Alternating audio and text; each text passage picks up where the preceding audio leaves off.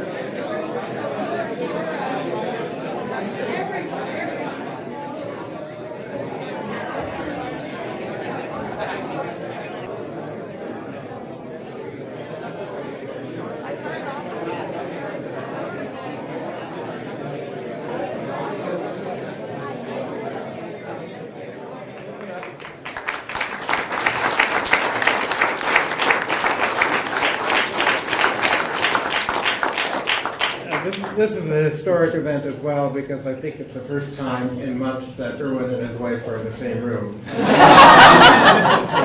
Welcome, Ariella. May I call upon the speaker to give the opening remarks? Speaker Schultz.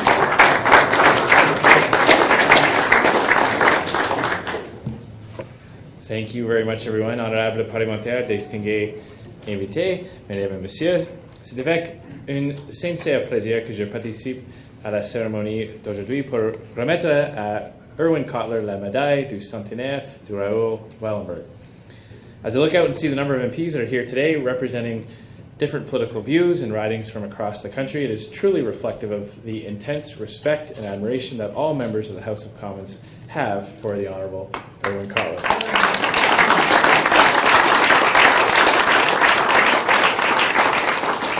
La médaille du centenaire du Raoul Wallenberg lui est remise à Irwin Cotler pour souligner le dévouement de longue date dont il fait preuve pour préserver l'héritage de Raoul Wallenberg.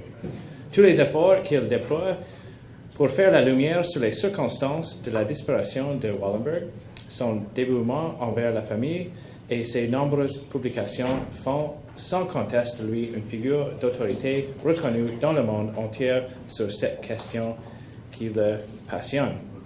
Mr. Cotler once wrote about Wallenberg, by saving more Jews during 6 months of the Holocaust than any single government, Raoul Wallenberg demonstrated the power of an individual with compassion to care and the courage to overcome monstrous evil. While it is impossible, and indeed not even desirable, to compare any individual with Wallenberg, it can certainly be said that Mr. Cotler has been guided by the same basic principles. That an individual does not have to look the other way, that compassion and courage can overcome great evil. De par son travail au sein de ce comité des droits internationaux de la personne, M. Cotler, avec ses collègues, membres du comité, met au jour de nombreuses violations des droits de la personne qui sont commises dans le monde. For the Speaker's chair, I have a unique vantage point on the House of Commons. I can hear members interacting with each other, and at times, I have to call the chamber to order, as hard as that might be to believe. And that's to ensure that I can hear the individual that has been given the floor. However, when Mr. Cotler stands, there is a noticeable change in the room. While there is normally a buzz of voices, there is an unrivaled quiet that quickly spreads through the chamber when Irwin stands up. It is perhaps the greatest compliment that the chamber can bestow on an individual who is addressing the House. the sound of a room full of individuals who are professional talkers, listening attentively.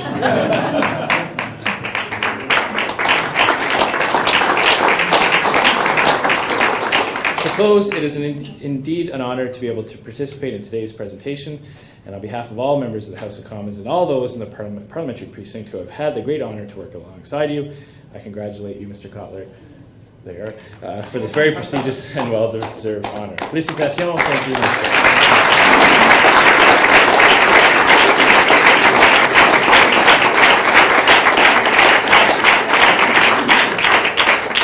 Thank you, Speaker Scheer.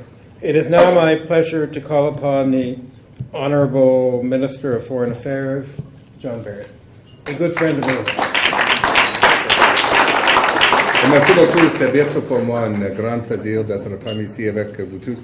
It is a tremendous honor and privilege for me to be here, and on behalf of Prime Minister Stephen Harper and the Government of Canada, to say something about my good friend, Irwin Cotler. I have worked closely with Irwin for many years, but particularly closely over the last 4 years. I probably spend more time with Irwin than I do with most members of my family. Irwin does not call to ask for a meeting, he just calls to schedule it.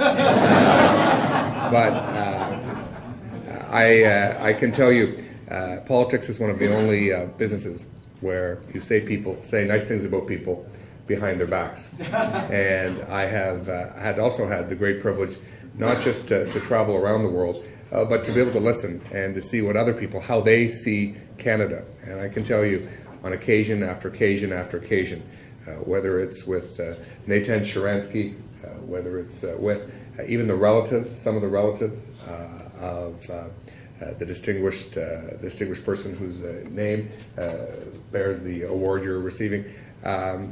Irwin is not just a great Canadian, but a tremendous citizen of the world. He has made outstanding contributions on issue after issue after issue, whether it's having influenced at the very height of the Cold War General Secretary Gorbachev, who was General Secretary at that point, whether it's strong and unfleeting campaigns against anti-Semitism and Holocaust remembrance, and the countless, I think probably even today, he stands as members of a defense team on dozens and dozens and dozens of some of the world's strongest human rights campaigns, where people are fleeing persecution or seeking to flee persecution, are looking for justice. And he is someone who I think we can all be tremendously proud of, not just as a colleague of ours in the House of Commons, but as a truly great Canadian. It is a tremendous honor for me to be here, Irwin, and on behalf of the government, on behalf of not just my constituents, but I think all Canadians to extend, we all have an opportunity to try to make our world just a little bit of a better place, and you have done that every single day of your professional life. We are tremendously proud of you,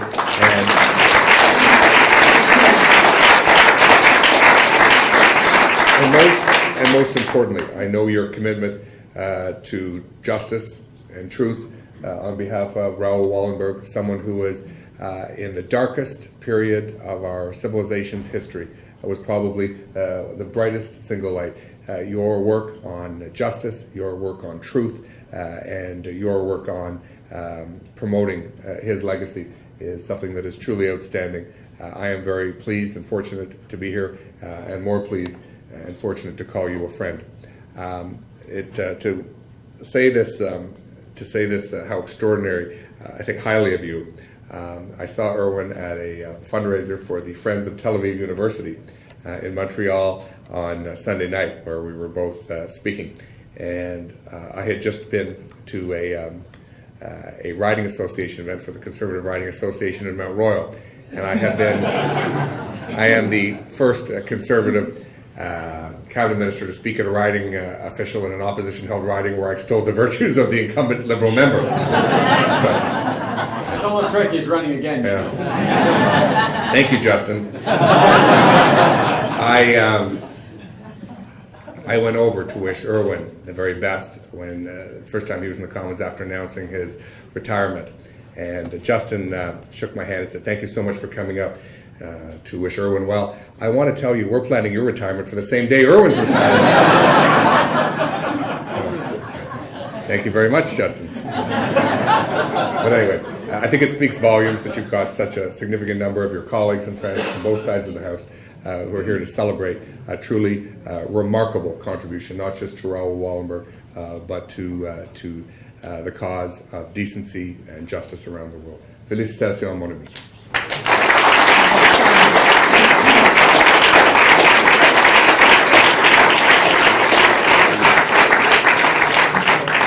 Thank you, Minister Baird.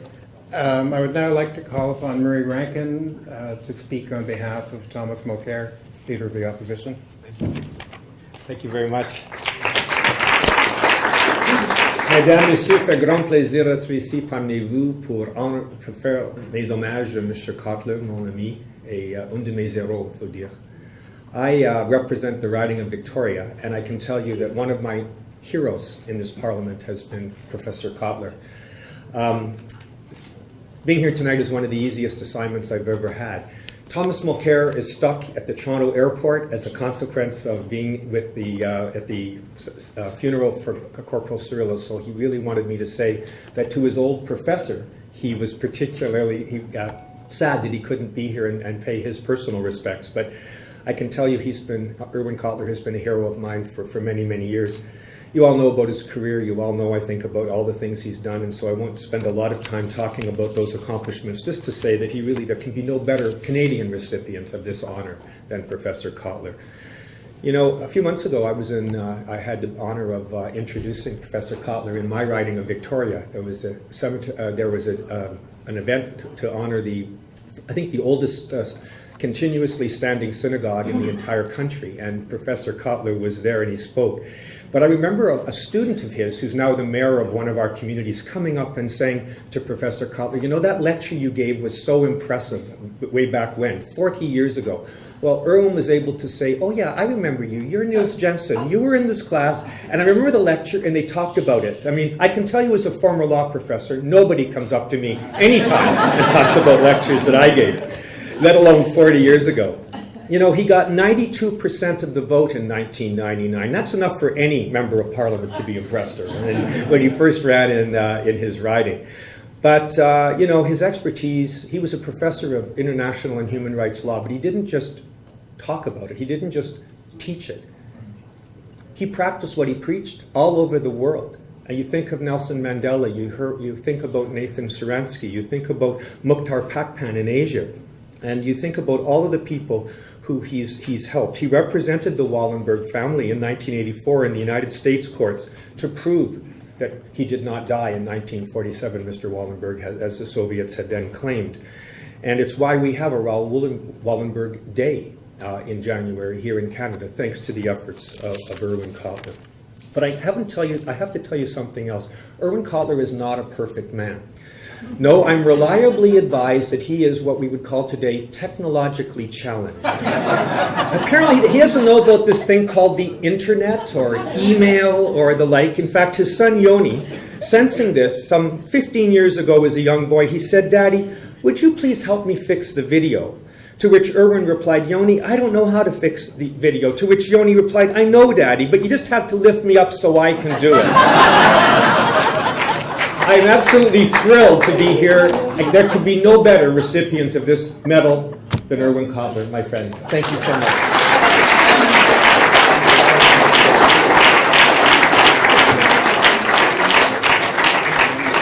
Thank you, Mr. Rankin. I now call upon Justin Trudeau, the leader of the Liberal Party.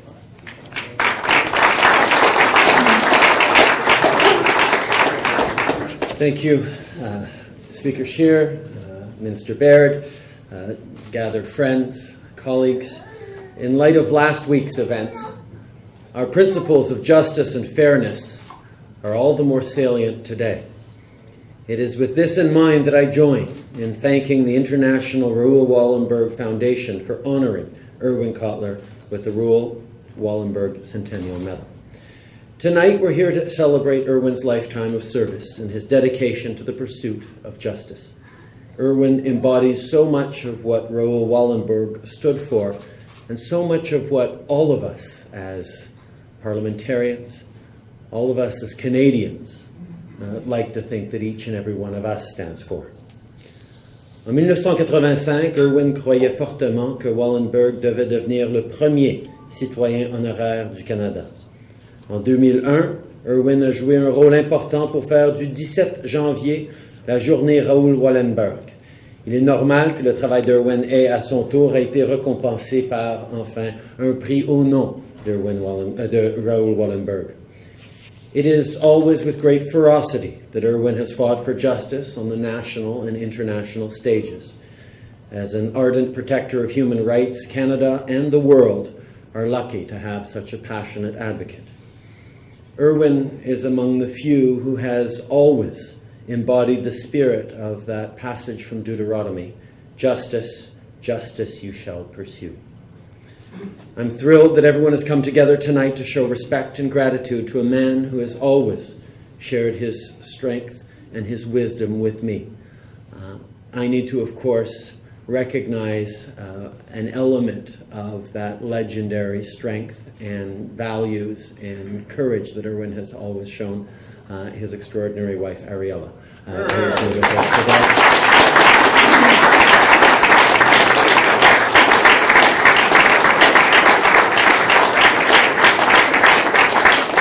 And I have to also add a fairly personal note. One,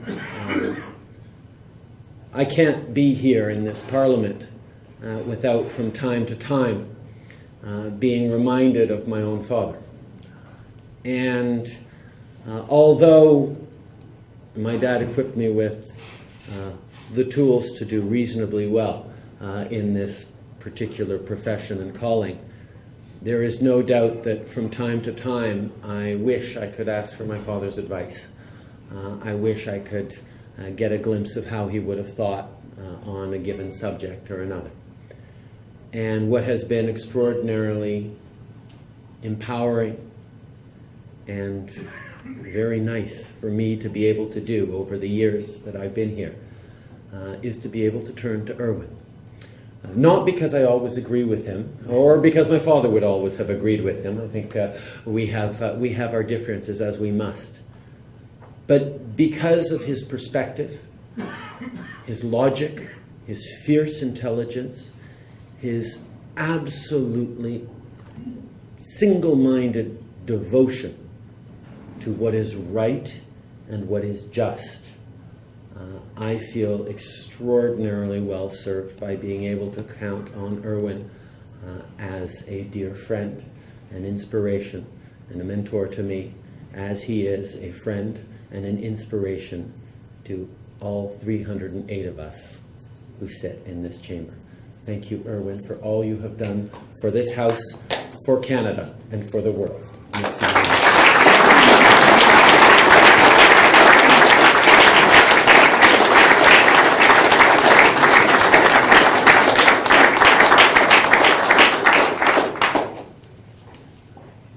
Thank you very much. Elizabeth May, the leader of the Green Party.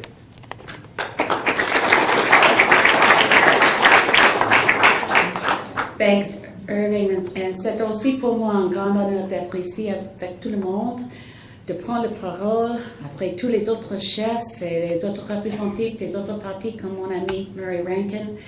Je vous remercie beaucoup parce que je pense que c'est seulement l'idée de Irwin lui-même que je prends la parole. So I want to thank Irwin for thinking of including the Green Party. I want to also just add my enormous gratitude to Irwin Cotler for what he's given this country. I always respected him so much as our Minister of Justice. And for me, to have the enormous privilege of entering this place and coming to know him and love him as a friend is just almost unbelievable. What a privilege to work with someone like Irwin Cotler, who is so deserving of this international prize in the memory and the name and the legacy of someone righteous among the nations, someone who put his life at risk and lost his life to preserve the lives of tens of thousands of Hungarian Jews. It's an extraordinary story, and it's a true story. So all I want to add for perspective is that Irwin Cotler is an extraordinary blend of amazing brilliance and depths of kindness, of a willingness to be compassionate and reach out and mentor others, when he also has the kind of intelligence that if he chose to, could cut us to ribbons. I am honored to be his friend, and all I can add is one last bit of research that puts him above any other Minister of Justice I know. He's apparently among all the Ministers of Justice in Canadian history the most frequently arrested. Irwin. This is a man who fights for what's right, regardless of the occasional requirement for confronting the authorities. So, again, we all join here in this place in saying we are honored to know you, a brilliant Minister of Justice, a mensch, a friend. Thank you.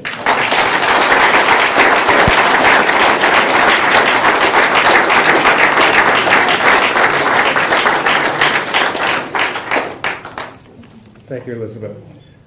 It is now time for the presentation, and I would like to call Dr. Mordechai Paldiel on behalf of the Wallenberg Foundation, the International Wallenberg Foundation, to come to the platform and make the presentation.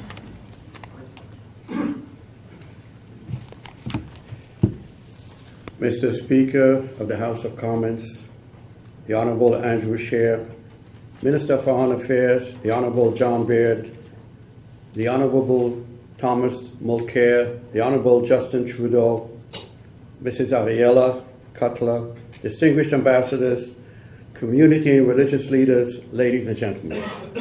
It is a great honor for me to be here today in the House of Commons of Canada, representing the International Raoul Wallenberg Foundation on the occasion of the bestowal of the Raoul Wallenberg Centennial Medal to the Honorable Irwin Cotler.